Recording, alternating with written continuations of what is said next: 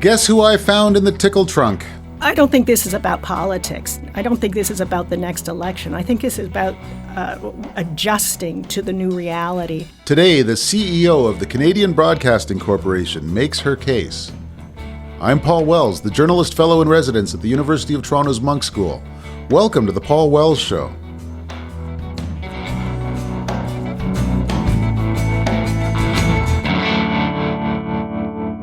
We're early this week because there's news. 800 job cuts at the CBC English and French networks, including 600 layoffs. The public broadcaster's employees got the news on Monday from CEO Catherine Tait. So now at least I know why Catherine Tait wanted to talk to me. Her office wrote to me last month and suggested a podcast episode with the woman who runs Canada's public broadcaster. I am always happy when newsmakers want to talk to this podcast, so I was delighted by the request. Lord knows we were going to have a lot to discuss. But I still couldn't really figure out why she was so eager to talk. Talking hasn't always helped her in the past. At the beginning of this year, she told the Globe and Mail that Conservative leader Pierre Poilievre was stoking a wave of CBC bashing. I have a lot of friends at the CBC, and when Tait's comments were published, most of my CBC friends freaked out. They thought she was sticking her head into a political debate. Now here she was again, eager to talk some more. We had a good conversation. We found some clear lines of disagreement. And then a funny thing happened. At first I liked the episode so much I wanted to run it a week earlier than we originally planned. That would have been last week. But Tait's office didn't like that one bit. They asked us to stick to the original schedule. Now I know why. She wanted this interview to come out after the cuts were announced. I'm not thrilled that I'm only finding that out now, but it definitely makes this interview more newsworthy. I should remind listeners that I'm a regular commentator on the CBC and Radio-Canada, and that I get paid for that work. I spoke with Catherine Tait at the National Arts Centre. Catherine Tait, thanks for joining me.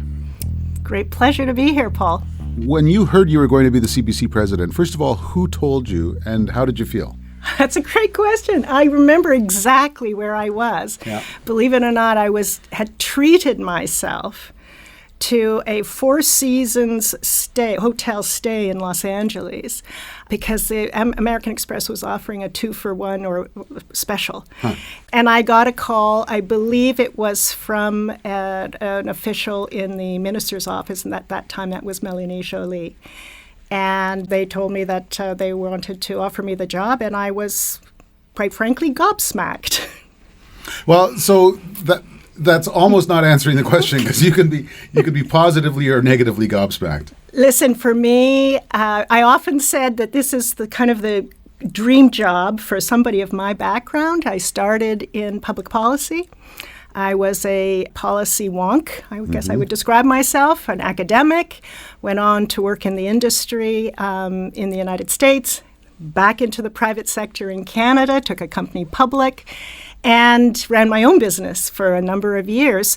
So I felt like at this stage in my career to be able to come back and run the single most important cultural institution in the country, just a huge, huge honor. So the gobsmacking was really like, wow, what an incredible honor. And it was terrifying. Okay. Finally, we get to the meat of the matter. What were the contours of your terror? Well, first of all, I wasn't just appointed CBC president. I was appointed president and CEO of CBC Radio-Canada.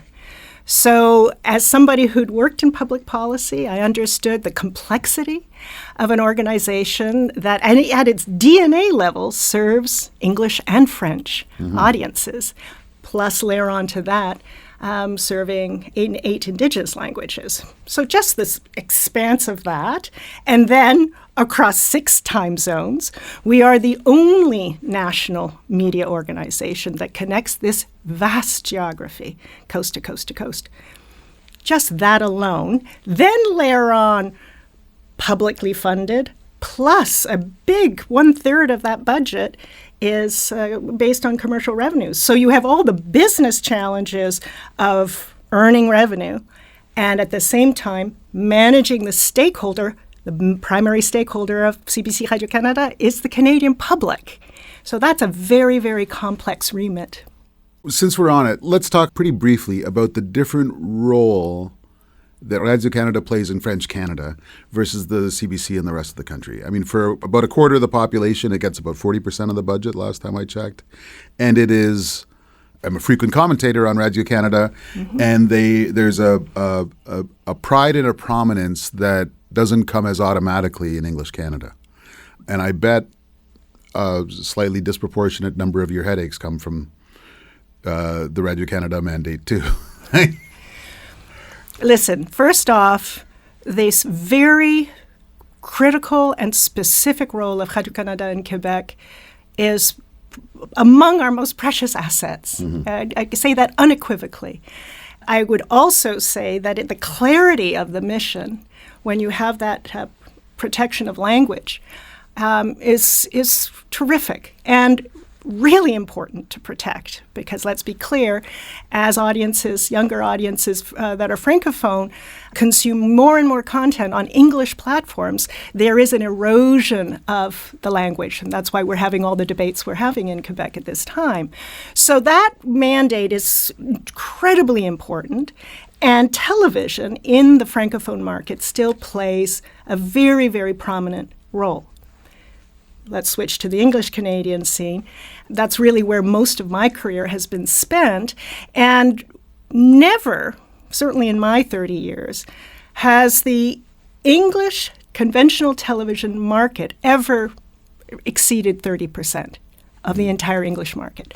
So right out of the gate, English Canadian broadcasters are playing with a 30% deck. The rest is American, or specialty channels, or other forms of TV.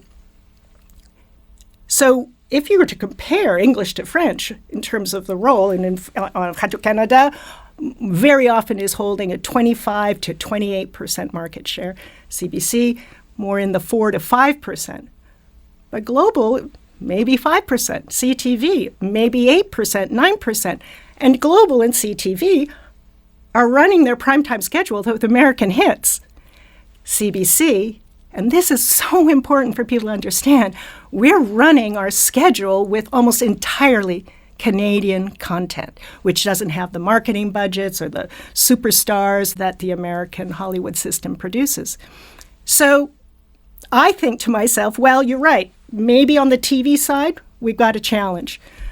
But when you go into radio on English, on the English market, CBC is number one in 16 out of 22 markets, number one. You ask any English Canadian, what do you love about the CBC? Chances are they're going to talk about radio as first. And then second, in the last 5 years, especially coming out of the pandemic, digital. 21 million unique users is what we call them, but 21 million Canadians, individual Canadians, come to CBC Digital on a monthly basis. And what that meant, and that went up to 25 million during the pandemic, because as a trusted source of news, if you're wondering about, what should I be doing about getting my kids to school? What do I do during the pandemic or during an evacuation? What do I do about getting on the highway to get me out of Yellowknife? Where are you going to go? You go to cbc.ca. And since we're talking about digital, do you have a sense of what the audience is for CBC Gem, which is the sort of Netflix-style portal for dramatic TV content? Can I correct you on what Gem is? You feel free. So CBC Gem is not primarily an entertainment platform. CBC Gem is where you find The National. It's where you find your local TV news. It's I'm sure it's where some people do. It's not where I do. But anyway, yeah. But the reality is that CBC Gem, we came into the market later in the game than Ici Tout.tv, the French streaming service. So we had the advantage of saying, well, wait a minute. Are we going to try to compete with Netflix or Crave or any of those other services that were already in the market? And the decision that we took was, no, we're going to do something different. We want to be distinct and offer something that Canadians aren't getting somewhere else. So the idea was advertiser supported, so free to everybody, and that version of CBC Gem gets about 1.6 million unique viewers a month. And then on the subscription version, where you pay $4.99 a month, you get the advertiser-free version. So that will be, depending on the show, that could be another 100 or 200,000 viewers. Again, very much driven by the shows that people are looking to watch. So that together changes the ecosystem for television. What I've said often to people when I hear going back to the television market, people say, well, the National is way down from what it used to be. It used to get 1.2 million nightly viewers, and now it's only at 600,000 or 700,000. And my answer to that is no. It's still 1.2 million, if not more, but they're not tuning in front of their TV sets at that appointed hour. A whole bunch do still, and we'll never abandon those traditional TV viewers. But we're getting numbers in connected television, we're getting numbers on YouTube, and we're getting numbers on GEM that add up to more or less 1.2 million. So that's the changing ecosystem. So when we talk about digital first or audience driven, that's really what we mean. We're saying where Canadians are watching is different from where they were, 10 years ago. I have an interesting factoid. I'll take it. When I joined CBC Radio-Canada in 2018, the number of Canadians that were watching what we call traditional television was 29%. And the number of Canadians that were watching online first, those are the cord cutters, people who had abandoned TV, was at 22%.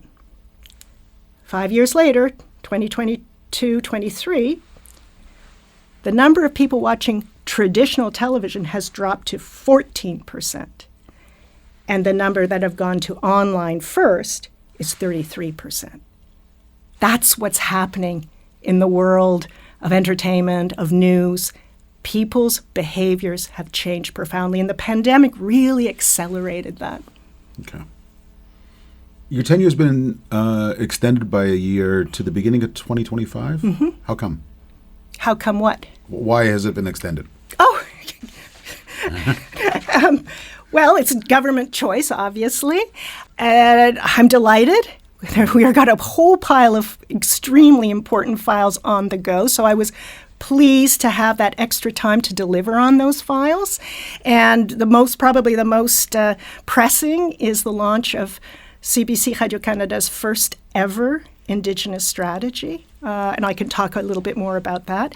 But also, we're in the middle of conversations around Bill C-18, or the implementation of the law, and the same with Bill C-11. So I think the idea is that I'm given the opportunity to deliver on those key files before I float off into the horizon. Okay, because my first hunch was that this takes us closer to a federal election, which could be pivotal for the future of the CBC. Indeed. And so I thought, keep you there until that decision is made. Does that make any sense? No? No. I mean, honestly, I can't opine upon what drives the decision makers on the government side, but I can surely tell you it was really very much to look at what's left to do for me. Mm-hmm. And in principle, I assume we wouldn't be looking at an election before well into 2025. Okay. So we've taken a bit of a tour around the world of the CBC and around your mandate. I never have much of a plan. I didn't have any plan for how we were going to start this conversation, but it has the effect of reminding people that the CBC is plural and vast and a many-headed monster, and that your mandate, too, has a lot of aspects to it. Mm-hmm. There's a general assumption the CBC is rolling in money because it gets $1 billion. I'm sure you can correct me on that, on the real number. And also that the parliamentary appropriation was increased as soon as the current government came to power. Everybody I know at the CBC knows it isn't so, but can you explain why resources are a constant concern at the CBC? Well, thank you for the question. It's complicated, and $1 billion is a lot. It doesn't just sound like a lot. It is a lot of money. But I'm just going to step back, if I may, and talk about the world of public broadcasting, just to kind of situate where Canada fits in. Sure. So when you look at how public broadcasters around the world are funded, you might want to start with Germany. $8 billion US dollars in funding for ZDF and ARD. You might want to look at the BBC, $5 billion. You might want to look at France Télévisions, 4 billion euros. And then you come down, all the way down the list, number 17 in the list of public broadcasters in Western democracies, and you'll find CBC Radio-Canada. And we're delivering in 2 languages across 6 time zones, plus 8 Indigenous languages. So that's point number 1. Our cost to Canadians is $33 per capita per year. That's less than a dime a day. When you think about that, it's incredibly great value for the money. And I would say, whereas 30 years ago we were delivering traditional television and traditional radio, linear television and radio only. Today we're delivering those 2 things plus all the online services, so streaming video, streaming audio, plus the digital platform. So we have enormously transformed the business, not because we were just interested in transforming for its sake, but because that's where our audiences were going. And we're working with the same budget that we had, if in real dollars, it's actually less dollars from 30 years ago. So that's why you hear about that. I mean, we are a much smaller organization than we were 30 years ago. There was a time when there were 10,000 employees. We're down to 7,000. It seems like a lot, and it is a lot of people, but it's given what we deliver. And when you look at other companies, the average of all public broadcasters tends to be around $88. So at least twice, if not 3 times, what CBC Radio-Canada receives. So that's why you hear that, oh, it doesn't seem like enough. How have we managed that shrinking budget? Earned revenue. And I'm sure you're going to ask me a question about earned revenue, because all Canadians do. By the way, I travel the country. I talk to people across the country, and people always ask that question. Why commercials? Why advertising? I'll let you ask the question. Well, damn it, that was going to be my next question. You boxed me in. Yeah, I mean, I have to assume that the ad market is as tough for you folks as it is for a guy looking for a podcast sponsor. Yeah. And I know this because I've had conversations with CBC people, and they're not cheerful about revenue. Am I right? It would be disingenuous, and it would be completely inaccurate to say somehow that we are immune to the forces, these massive forces that are going on in the industry today. And I'm not just talking in Canada. We are living, first of all, in an incredibly turbulent time for the media, number one, but not just for the media, for Western democracies and civil society. We are living in the most extreme polarization that we've ever experienced since before the Second World War. We have 20% of the planet only living in what we would call a democratic system that supports a free press. That means 80% of the planet is living under authoritarian regimes. Add to that, I mean, I'm talking about a perfect storm here. Add to that the proliferation of a few digital giants who are dominating not just, again, the Canadian market, but the global market. And they have one sole purpose, one defining purpose: profit. We don't actually have that as our defining purpose. Au contraire. So put all that together. One other thing, social media. Poison, toxic, venal, hate. You put all that together, and you have a media industry in Canada and in other Western democracies that is under huge pressure. The business model has been entirely disintermediated, if not destroyed. The willingness for people to reinvest in domestic media has gone down, not because if you actually walk people through why local media matters, they get it.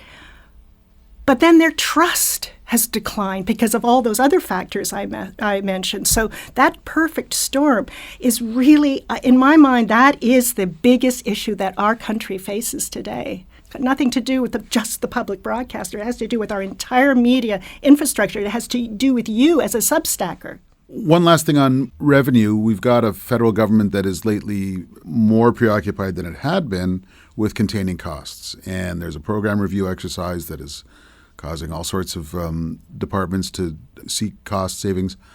Is that going to affect the CBC? And will it lead to job losses of the kind that we've seen so often in the private sector? Yes and yes. And the 3.3% cut across all federal agencies, including Crown's, absolutely impacts us. And we have those numbers, and we're looking, and they are over 3 years, so we're managing that piece.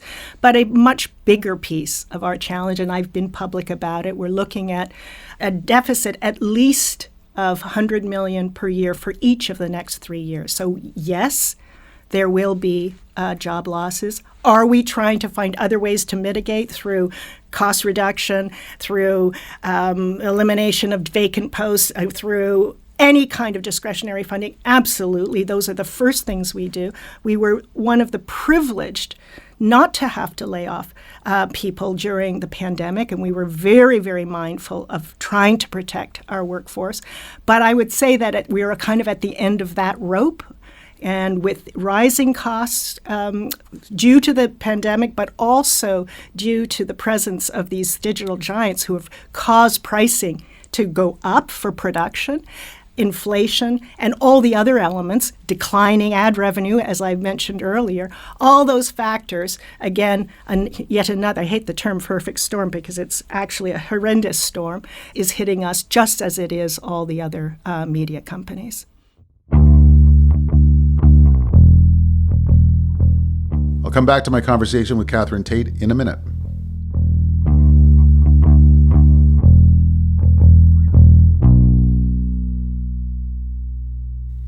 In Canada, everyone is supposed to get equal access to healthcare. The new podcast, The Healthcare Divide, looks at how the treatment you receive depends on who you are and what you look like. One episode tells the story of how race is a factor in whether doctors will give you a living kidney transplant. Another looks at how Inuit communities in the north ended up with 300 times the tuberculosis rates of the rest of Canada, and goes back to a time when Inuit TB patients were forcibly removed from their homes and sent south for health care, many never to be heard from again. The show is hosted by Dr. Alika Lafontaine, an anesthesiologist who was the first Indigenous president of the Canadian Medical Association. He speaks to patients, doctors, and the people working to create a more equitable system. The Healthcare Divide is a podcast from the Canadian Race Relations Foundation, produced by Makwa Creative and Antica Productions. The first episodes are available now.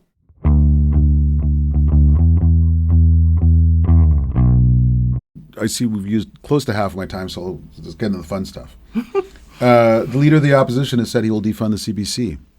You're on the record as having noticed.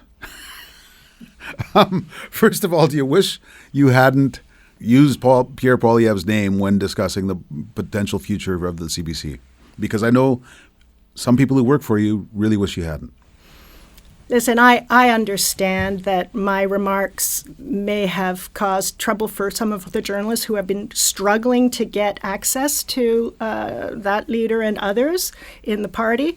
And I regret that, of course, because I'm here to serve, and I'm here to serve the journalists first and foremost. And they know that I had regrets around that. Do I regret calling out the wrong of this defund the public broadcaster campaign? Absolutely not.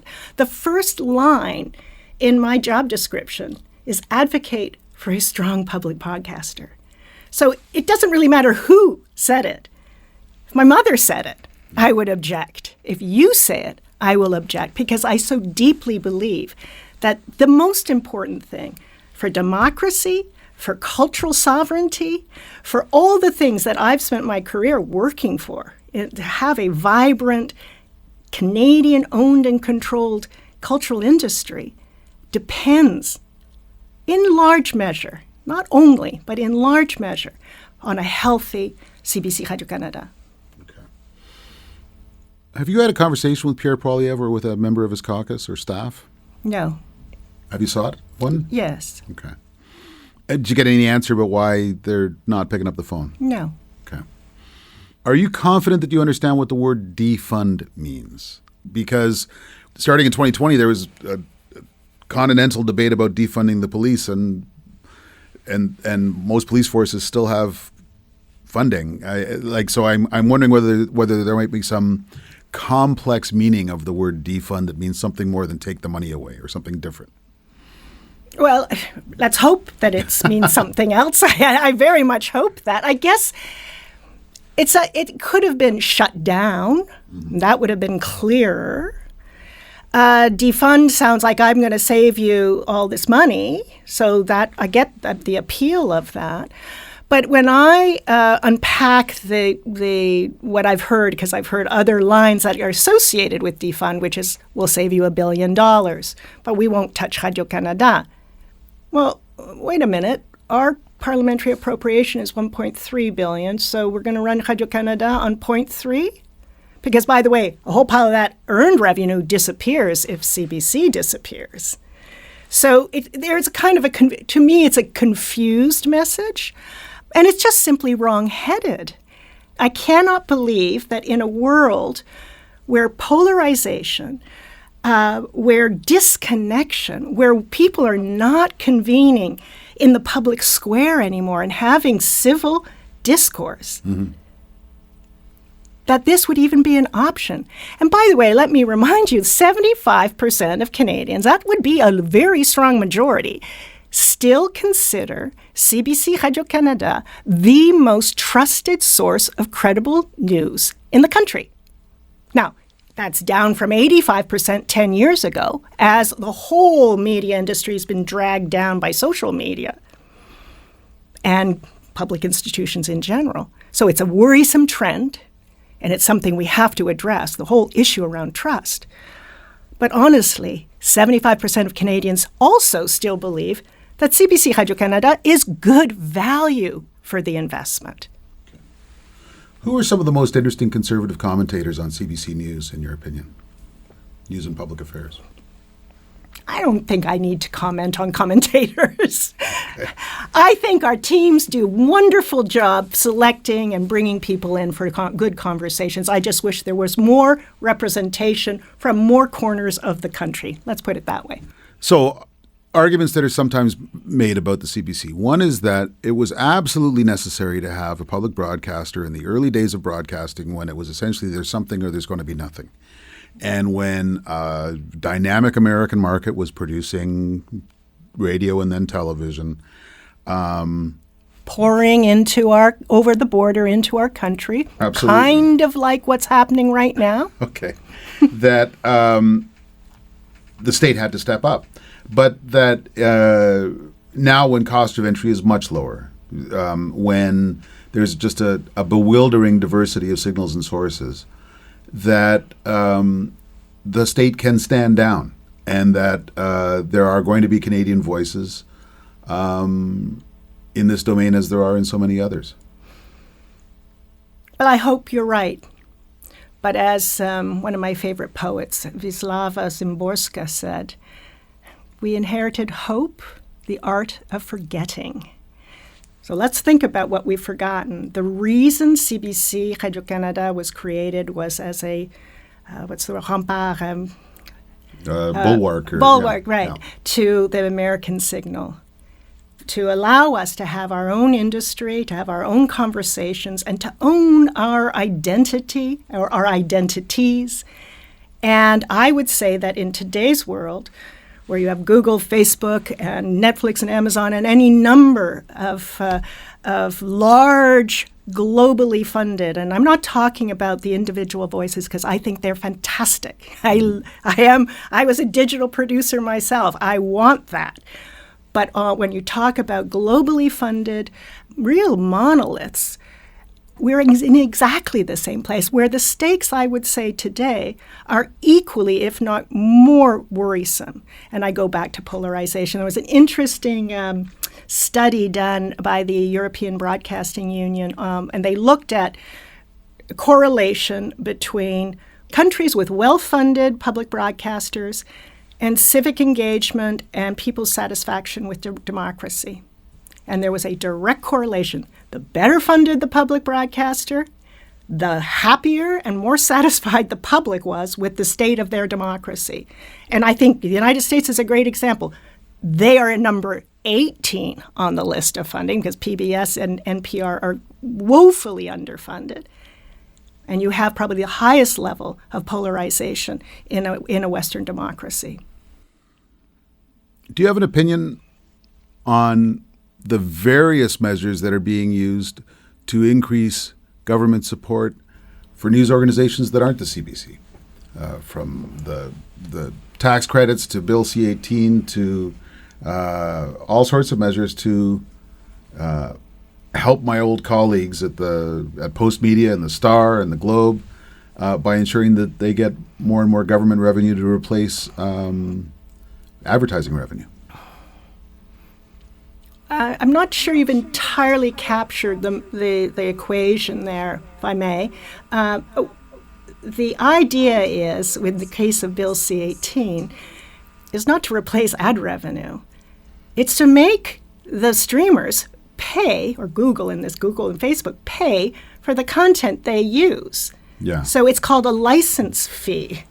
Everywhere else in the industry, if you use somebody's content, if I take Paul Wells' podcast and start broadcasting it on my network, I'm going to pay you for it. Yeah. I should if I'm making revenue against it. So Google takes our content, whether it's the Globe and Mails or the Post or CBC's, and they populate their world, their ecosystem, and sell advertising against it. So our point is, happy to have you promote us and use our content, but we want some investment in the journalism because journalists are expensive. Investigative journalism is really expensive. So yeah, I mean, to some extent, I'm not sure you want to get me started on Bill C-18. No, okay. The news organizations have been desperate to be findable and featured in Google searches and on Facebook. Armies of editing staff to search optimize your headlines so that it shows up higher on Google. So isn't it a bit disingenuous to then say they're taking our content? You're pushing your content at them as hard as you can. Listen, we have to be where our audience is, and I get it, and it's a complicated dynamic. I would say the art of forgetting. Roll the camera back. Okay. I wish that when Facebook entered the Canadian market, that perhaps we had not been so quick, all of us, to embrace basically giving our audience to a third party. Because, by the way, Facebook doesn't share the email addresses of the people that they now own. We gave them our content. We were happy to have them push it to all of their users.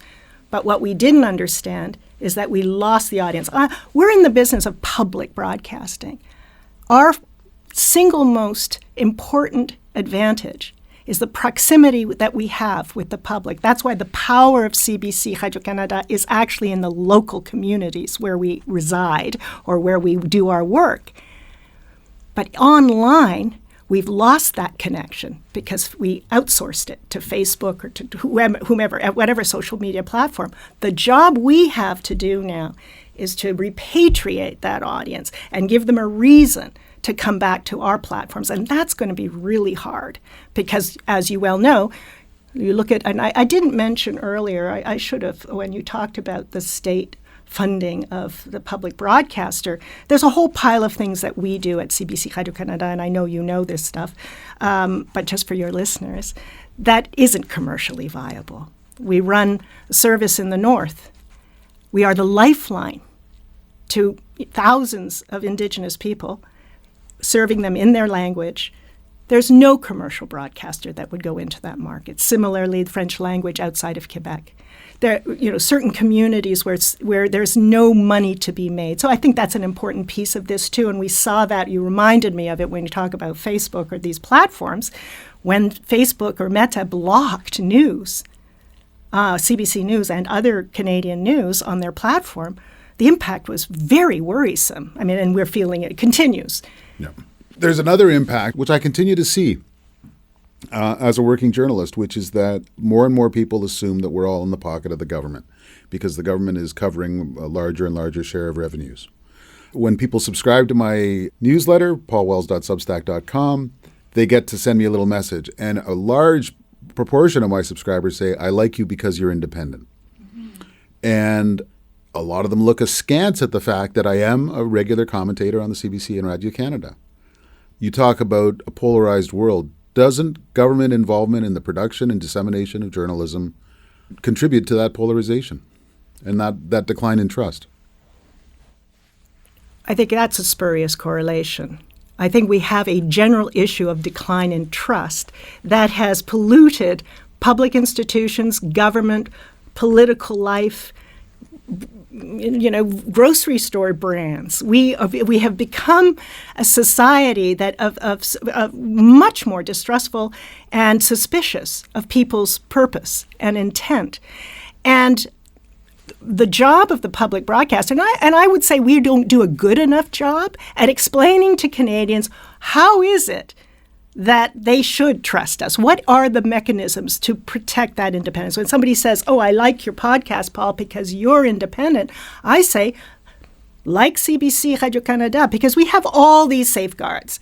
And to the point you made earlier about my comments on a political environment, I don't touch news. The BBC president or director general is the managing editor of news as well. Same with the ABC at Australia. They're the head of news. I'm not. I'm a business functionary, as it were. I'm separate from government, protected by the Broadcasting Act. They cannot tell us what to program. They cannot tell us what to cover.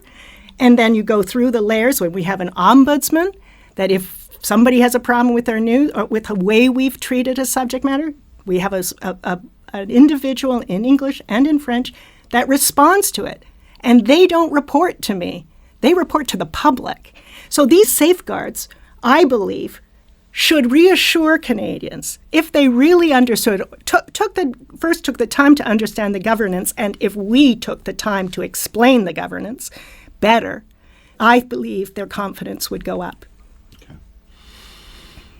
I assume you're not a fan of a voluntary levy for citizen contribution to public broadcasting, a tick box on a tax return? Absolutely not. How come?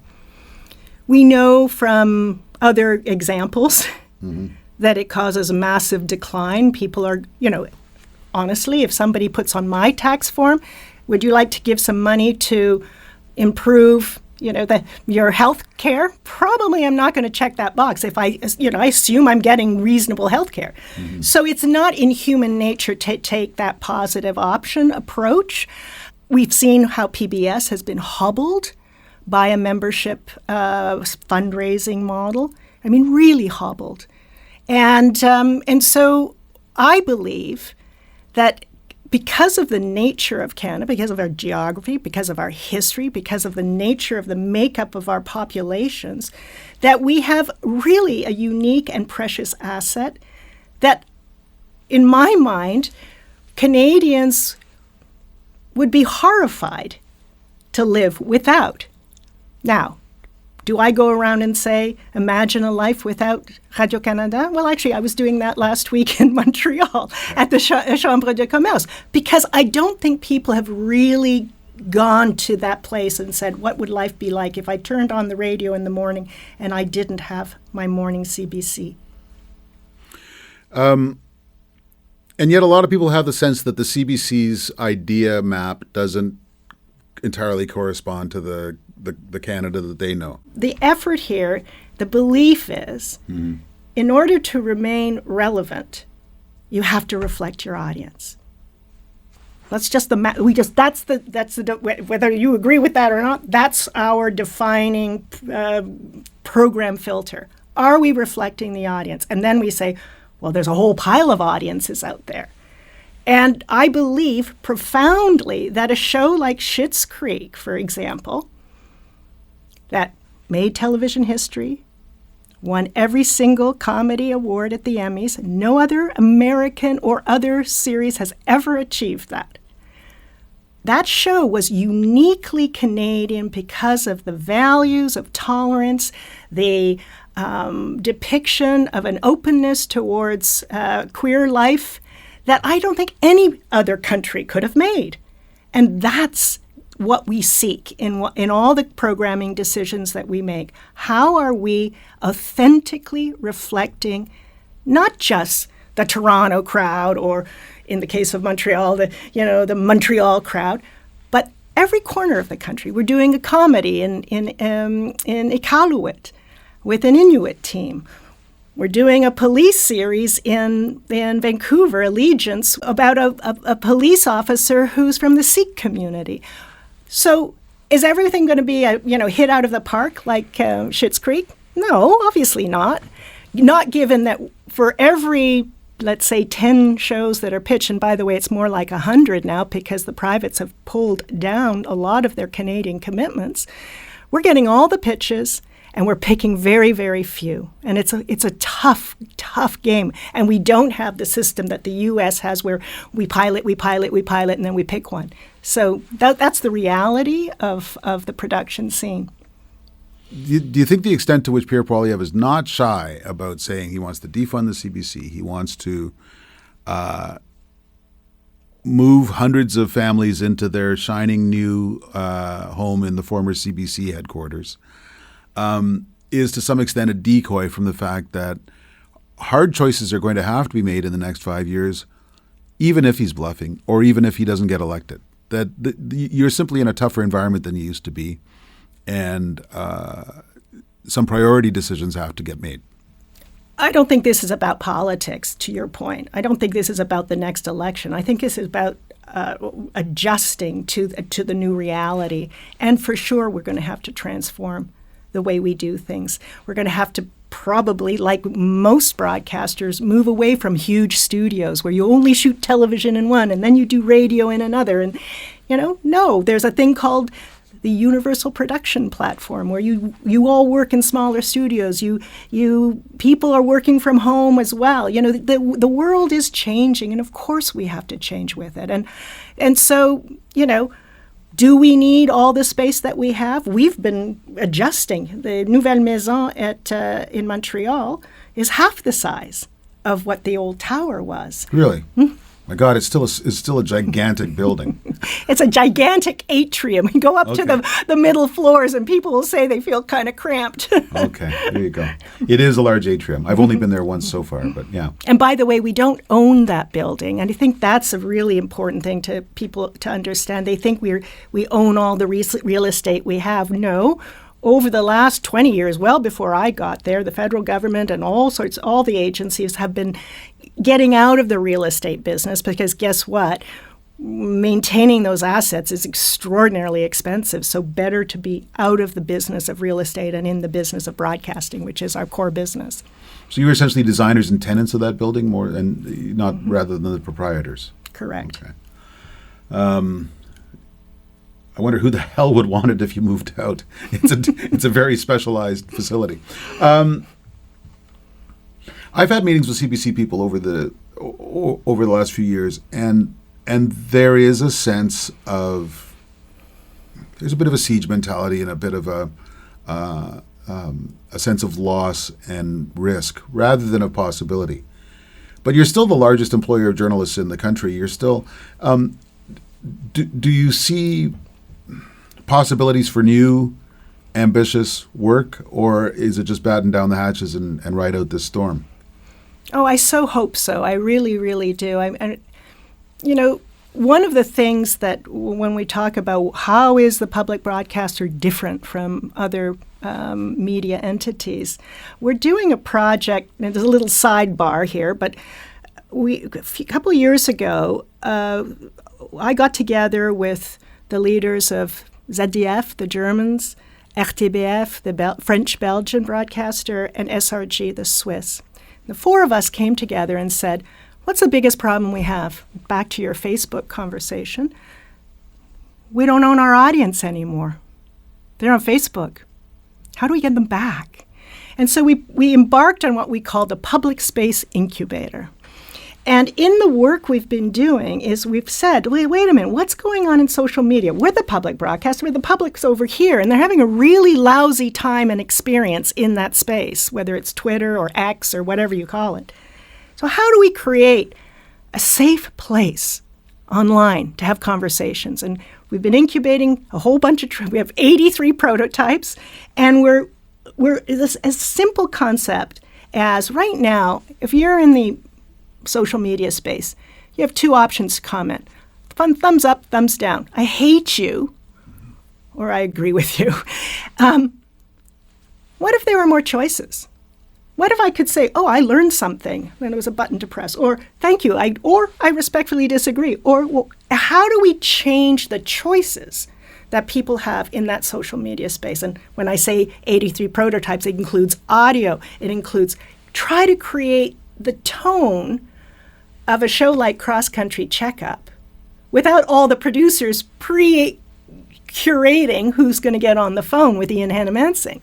So that's the kind of thing that the public broadcasters should be doing if we had more resources to start solving some of these big problems, like how do we make the internet safe again? Because it's not safe, except for, of course, your podcast. Sometimes.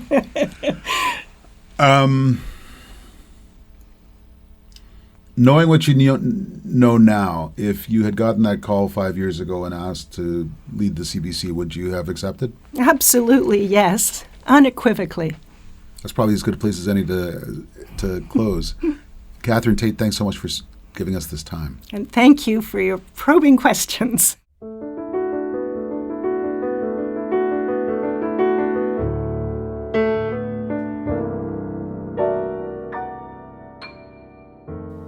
Thanks for listening to The Paul Wells Show.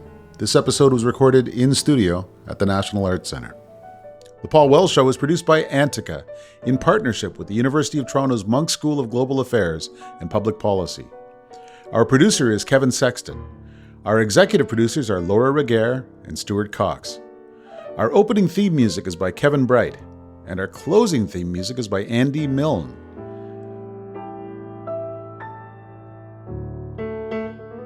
Go to paulwells.substack.com to subscribe to my newsletter. You'll also get a premium version of this show with bonus content. We'll be back next Wednesday.